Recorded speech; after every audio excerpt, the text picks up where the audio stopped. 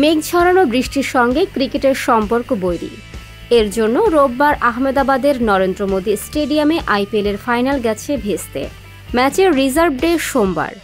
আজ রাত ৮টায় এবারের আসরের শিরোপার জন্য লড়বে গুজরাট টাইটান্স ও চেন্নাই সুপার কিংস। কিন্তু আহমেদাবাদের আকাশ আজও বিষণ্ণ।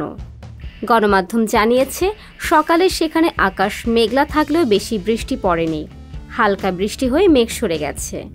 সমস্যা হচ্ছে বাংলাদেশ সময় রাত ৯:৩০ থেকে ১১:৩০ পর্যন্ত আহমেদাবাদে হালকা বৃষ্টির পূর্বাভাস দিয়েছে বিবিসির আবহাওয়ার প্রতিবেদন।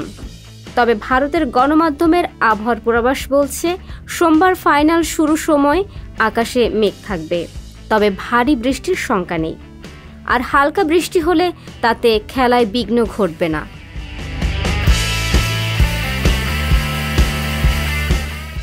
কিন্তু প্রকৃতির ইচ্ছে কি আর হলফ করে প্রকাশ করা যায়? তাই আইপিএল উৎসুকদের মনে প্রশ্ন, আজ সোমবার বৃষ্টি হলে ম্যাচের শিরোপা কার হাতে যাবে? এর উত্তর আছে ক্রিকেট আইনে। বৃষ্টিতে যদি ম্যাচ দেরিতে শুরু হয় তবে ওভার কমিয়ে দেওয়া হবে। খেলা হতে পারে সর্বনিম্ন ৫ ওভার করে। তাতে জয়ী দলের হাতে উঠবে শিরোপা। যদি ৫ ওভার খেলার মতো পরিস্থিতি না থাকে তবে হতে পারে সুপার ওভার। তাতে জয়ী দলের কাছে যাবে এবারের ট্রফি।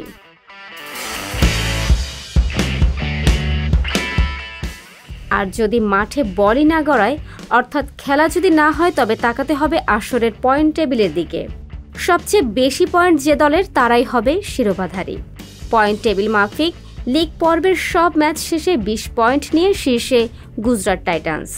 ১৭ পয়েন্ট নিয়ে দ্বিতীয় স্থানে আছে চেন্নাই সুপার কিংস।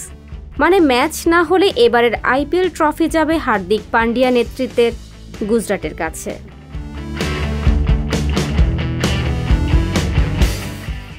তবে এমন উত্তেজনাময় টুর্নামেন্টের এমন দুঃখজনক সমাপ্তি এভাবে হোক কেউ তা চান না।